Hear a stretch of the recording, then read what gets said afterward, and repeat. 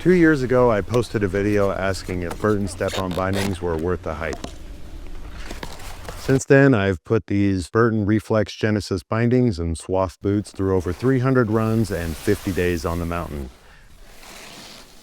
And the question I get most often on the lift and in the comments is, have they ever come unclipped? Short answer, no. Today, we're going to look at the wear and tear, how they handle crashes, and why I originally bought them. But the bindings are only half the story.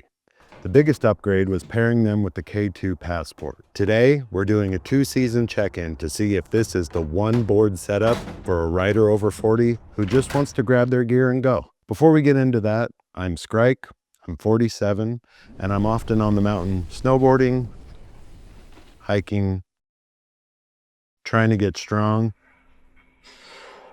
and find some quiet. So please like and subscribe if you want to follow my journey. Let's get into it. Let's answer the first question right away. Have my boots ever unclipped while riding? After 35 days last season, and I'm about 17 days in this season, with an average of 6 to 12 runs per session, that's over 300 runs running this exact combo. And all those 300 runs, they've never come unclipped. I did have one run once where mid-run, I heard one of the boots click in because I hadn't fully engaged the mechanism at the top of the mountain. Oh, it's always nice to hear a click mid-run. But my foot still stayed secure. And that's the only time I've ever had an issue. I've taken lots of falls. I've hit trees.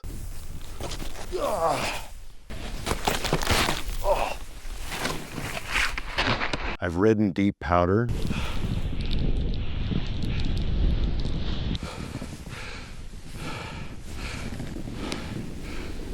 I've done moguls. I've ridden icy groomers.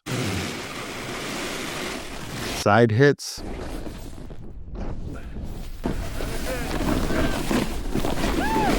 Boxes.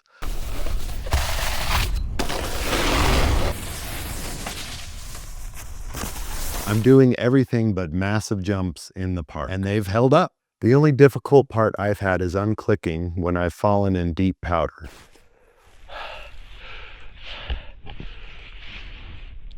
See, this is where having step-ins is nice. I'm in deep powder, can't even see my bindings. I can reach down, step out, and scoot up to where I need to go. And I'm out of breath.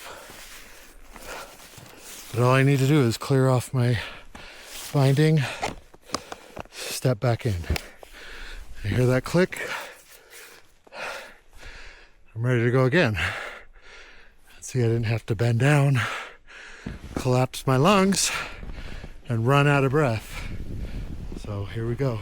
So let's look closely at the hardware. This is my right boot, and since I'm goofy-footed, this is the one that's locked into the board at all times. So you can see the locking mechanism is still really sharp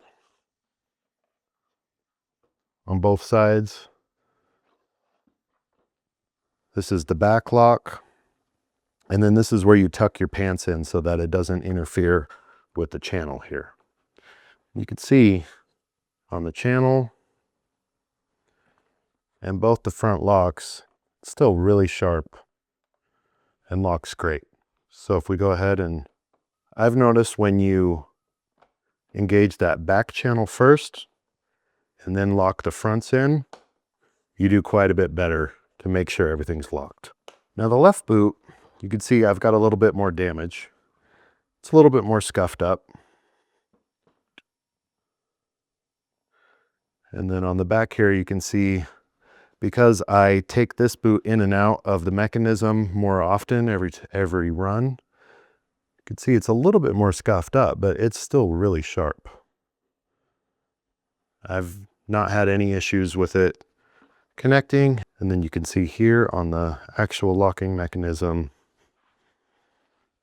everything looks really solid. So after 2 years, 300 runs, I think this looks pretty dang good.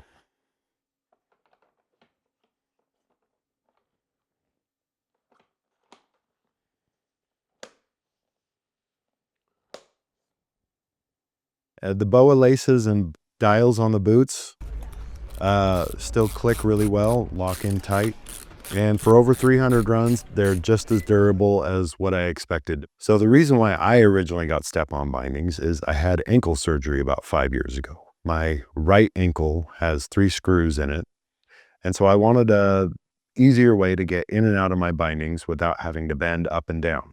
And honestly, when I first got these, I was a lot heavier. I had a lot more belly fat. So getting up and down made me out of breath easier.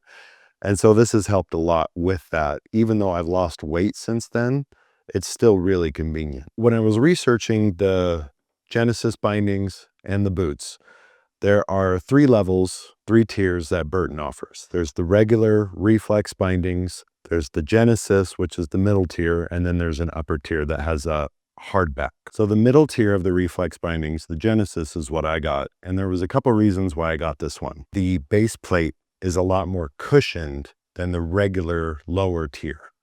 So they say that you can ride longer and have more cushioning on the Genesis version than the base tier of the reflex binding.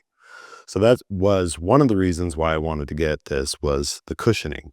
And you can see this snaps off. And you can see the base plate underneath, but this is pretty cushioned.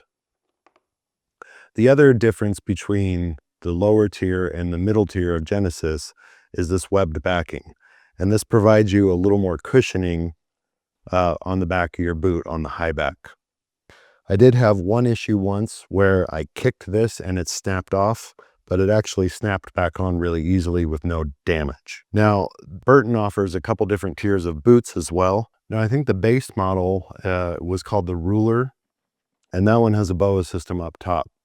And because of my ankle issues, I wanted a little more support. So the Swath boot has a 2 BOA system. So this one tightens down here on the lower, and then this one tightens here on the upper. So I did spend a little bit more money upgrading the binding to the middle tier, the Genesis, a little more money on the Swath boots. Now, another reason why I switched to step-on bindings is I needed new bindings and I needed new boots at the same time. My old boots were worn out and I had really old bindings. So I wanted to switch to a completely new system, and I wanted to invest a little bit since I hadn't bought any in years. So that's why I went with the step-on. In my first review, I mentioned that I had a little bit of foot pain, and that was really user error. What I was doing was I was cranking both BOAs as tight as I could go. So the lower BOA was really constricting my foot and causing me some pain. So I leave the bottom BOA a little bit looser and crank the top BOA as tight as it can go. That gives me that ankle support that I want, and I haven't had any pain since. So that brings me to the K2 Passport. I'm an avid rider, but I wouldn't consider myself advanced or expert. I don't really spend a lot of time analyzing cambers or board profiles, and as a rider over 40, I can't afford to have a full quiver of boards. I just want to throw my gear in the car and know that whatever conditions I face, it's going to work. So one of the things that I really liked about the K2 Passport when I was researching boards is that it's a general all-mountain board, meaning most conditions it can handle fine. It's not a true twin, so you have a little bit wider of a nose than the tail, and that helps naturally lift you up in the powder when you're riding, and that helps keep your back leg from burning out too much. Now, you can see that the tail has a little bit of a directional shape to it, but even when I'm trying to ride switch, and I've been learning this year, it really does still operate like a true twin. I don't notice a huge difference when I'm riding regular or switch. So the camber profile is more between the feet, so that helps you get an edge when you're on those icy groomers.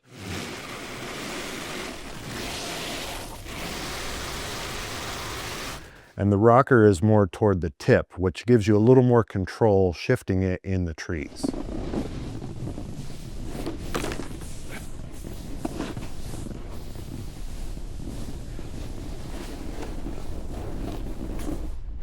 And this is a mid-flex board, which means when you're going really fast, it's still fairly stiff, but it's not so stiff that you have to have perfect form. I get a little bit lazy toward the end of the day, so it is a little bit more forgiving.